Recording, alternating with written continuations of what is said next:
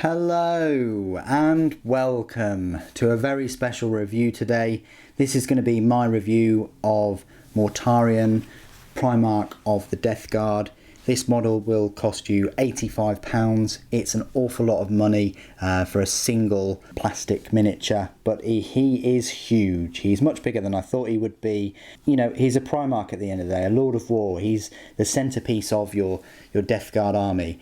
One thing I will say is if you're on the fence of even going near him because of the price or anything like that, don't be. Just go out and get him because he's such a lovely model, such a joy to build.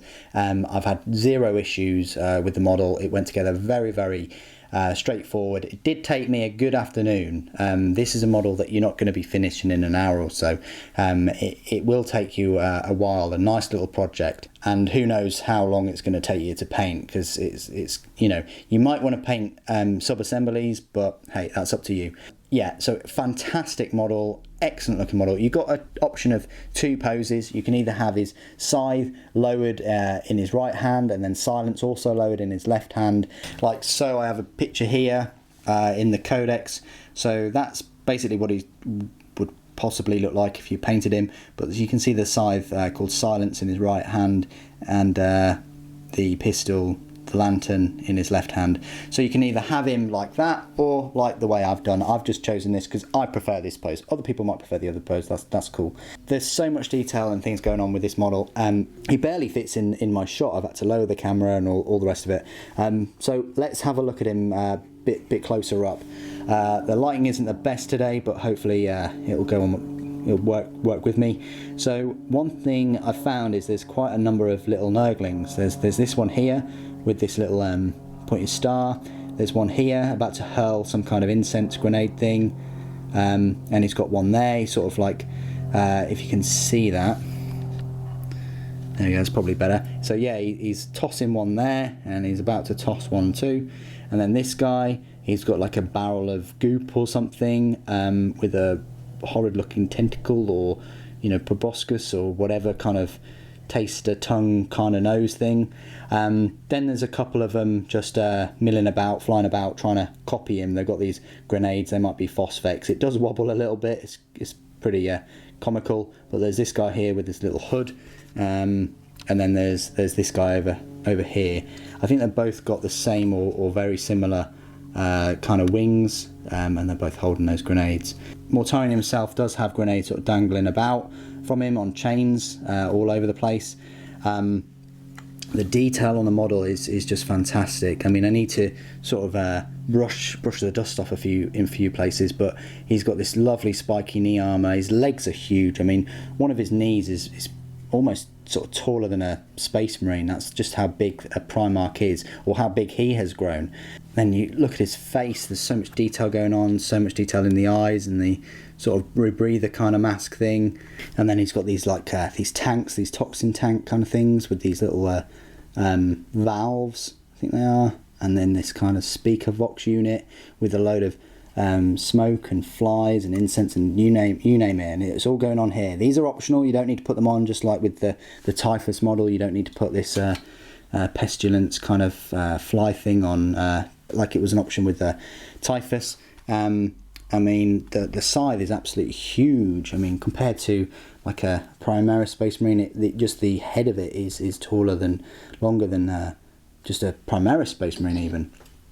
I love all these chains and attention to detail with his cloak and the chainmail and his robes. There's just so much going on here. The lantern, that weapon just looks fantastic. Looks like it's going to cause a lot of damage. I mean, that weapon alone is huge. I mean, yeah, probably almost as tall as a Primaris as well.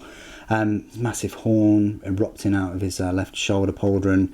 And then those wings, the elephant in the room. These wings are huge, massive wings on either side that are cut, that have, you know, veins in them, pustules, boils, little vent things in, some tubing, you name it. The wings are beautiful. I mean, this is a fantastic model. This is sort of like a painter's dream. I'm really looking forward to painting those up and washing them and highlighting them and doing the best job I possibly can on them, and all the smoke and things like that and those effects.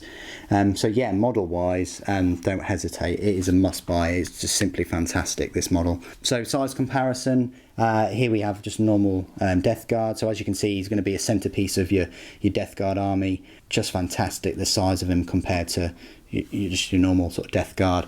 Compared to Typhus, he's absolutely, I mean, Typhus is quite a big model anyway, but it's going to dominate Typhus too. So he should, he's £60 more than Typhus, and it definitely shows. I wasn't that worried about the Magnus versus Mortarion kind of price issues. I think it's apples to oranges. I don't think it's like for like. They're in completely different poses. I just don't like Magnus, the plastic model. There's just something about it I just don't like, whether it's his huge weapon or his big claw or just the size of him. There's something about him. I much prefer the Forge World pre-heresy model, but then again, is it pre-heresy because you can combine it with Lehman Russ and they're fighting, so is he technically a heretic? It's odd, but you get what I mean. I much prefer that model, whereas Mortarion, I prefer this model to the Forge World sculpt for Mortarion. Anyway, that's just like your size comparison. I'll show him next to like a Primaris Space Marine. Yeah, absolutely dwarfs even these giants. So yeah, you really get that presence, and I think the wings really do help with that. Definitely a worthy model. I'm so pleased I have him in the collection and for the Force. Obviously that now means that I'm going to have to bump up my Force to get it at a good 2,000 points, but I think I'm getting there. I'll be adding a lot of units and things to it and posting progress on my Instagram, as I typically do. So that's the model, that's the size comparisons. All that's left to do now is just talk to you about the rules. You'll find him in the Lord of War section in your Death Guard Codex. He's a power level of 24. That's insane. So he's a top tier power level. His movement is dependent on the number of remaining wounds he has. He's got a weapon skill, ballistic skill of 2+. His strength is 8, his toughness is 7, and he's got 18 wounds. His attacks again is dependent on the wounds, and his leadership is 10, and his save is 3+. Would have been nice to have him as a save of 2+. So as it stands, Typhus has got a better armor save, but hey. So how the damage works with him, well, if he's got between 9 and 18 plus wounds, so half wounds or more, his movement is 12 inches, which is fast. He's the fastest unit in this codex. There isn't a faster unit in the codex. The Fetid Bloat Drone is a movement of 10 inches. The Plague Drone's a movement of 10 inches, so he's the fastest model in the codex. His attacks are 6, and his Host of Plagues is a 4+. I'll talk about Host of Plagues in a moment.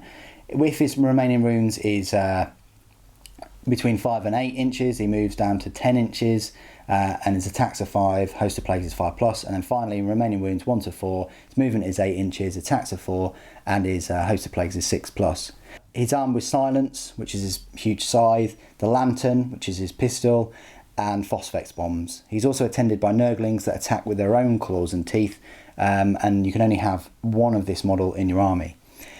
Now, his weapons. So the Lantern, it's a range 18 weapon. It's a pistol 1, strength 8, AP -3, damage 3. So it's pretty decent.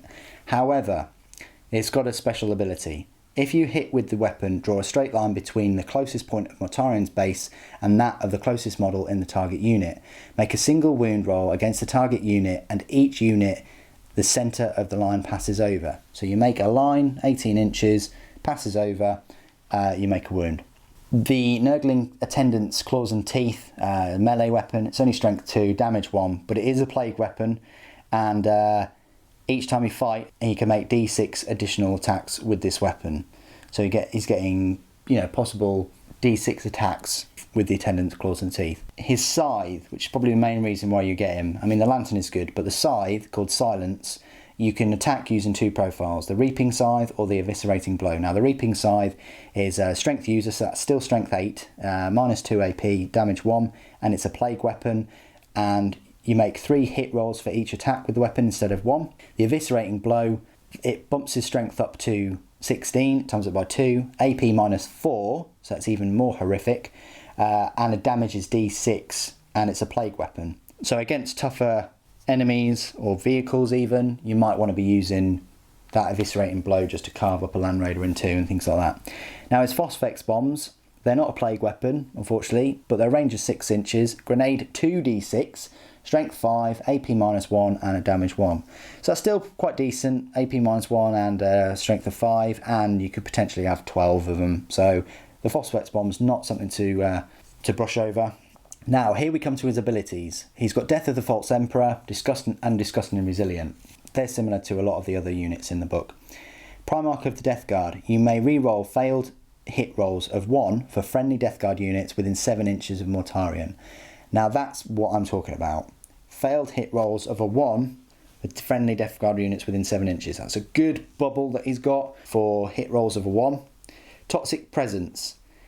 Any enemy units within 7 inches of him must subtract 1 from their toughness characteristic. Another good bubble. 7 inches, you're getting -1 toughness. The Barbon Plate, all it means is it's just got a 4+ invulnerable save, much like the Cataphracti. Now we get to some juicy rules. So the Host of Plagues. Roll a dice for each enemy unit that is within 7 inches of him at the start of the fight phase and consult Mortarion's damage chart.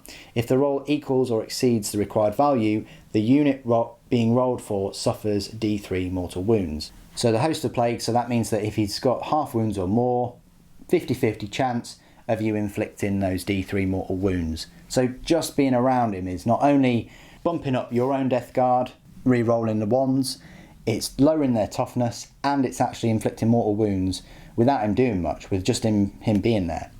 Then he's got Putrid Demise. When he loses his last wound, after failing his Disgustingly Resilient roll, roll a dice before removing the model from the battlefield, and on a 4+, so 50-50 chance, he explodes, and each unit within 7 inches suffers D3 mortal wounds unless it has the Nurgle keyword. So that's pretty horrific too. So 50-50 chance of just taking, 3 more models, or a character maybe, with him. He's also a Psyker. He can attempt to manifest 2 psychic powers in each friendly psychic phase, and attempt to deny 3 psychic powers in the enemy phase. He knows Smite and 3 psychic powers from the Contagion discipline. So that's horrific too. So not only is he very decent in combat, he's got these 6 attacks, he's got the Host of Plagues, he's got the Scythe, the Lantern. He's also a Psyker as well, with those psychic abilities. So he really is top of his game. Yes, he has 18 wounds, but he's still going to be vulnerable to high strength weaponry. That means he falls back on his 4+ invulnerable. To standard weapons fire, 3+ is okay, but 2+ would have been better. I've watched a few battle reports, and it seems like he's a tricky unit to maneuver and get the best out of, because you sort of want him close to your units to support them, and you kind of want him close to the enemy units to wear them down, both in toughness and with the Host of Plagues. But at the same time, sometimes you want him in there cutting people up and also firing that 18-inch lantern. So he is a tricky unit to make use of tactically, because those 18 wounds, you really want something to buff his reroll in his saves, or just to allow him to get his wounds back. That's what I've seen. So in summary, it's a fantastic looking model. Yes, he's expensive, but I can guarantee that if they made him in Forge World resin, he'd probably be 150 or 200 pounds. So it's good that they brought him out in plastic. I think that was the way forward. He really would be a centerpiece to your Death Guard army. Yeah, like I say, I think he's a fantastic model. He's got some great rules, and he's going to be a fantastic centerpiece to anybody's Death Guard army. Anyway, that's everything I wanted to say about Mortarion, the Primarch of the Death Guard. Thank you ever so much for joining me today. Thank you for watching. The Emperor Protects.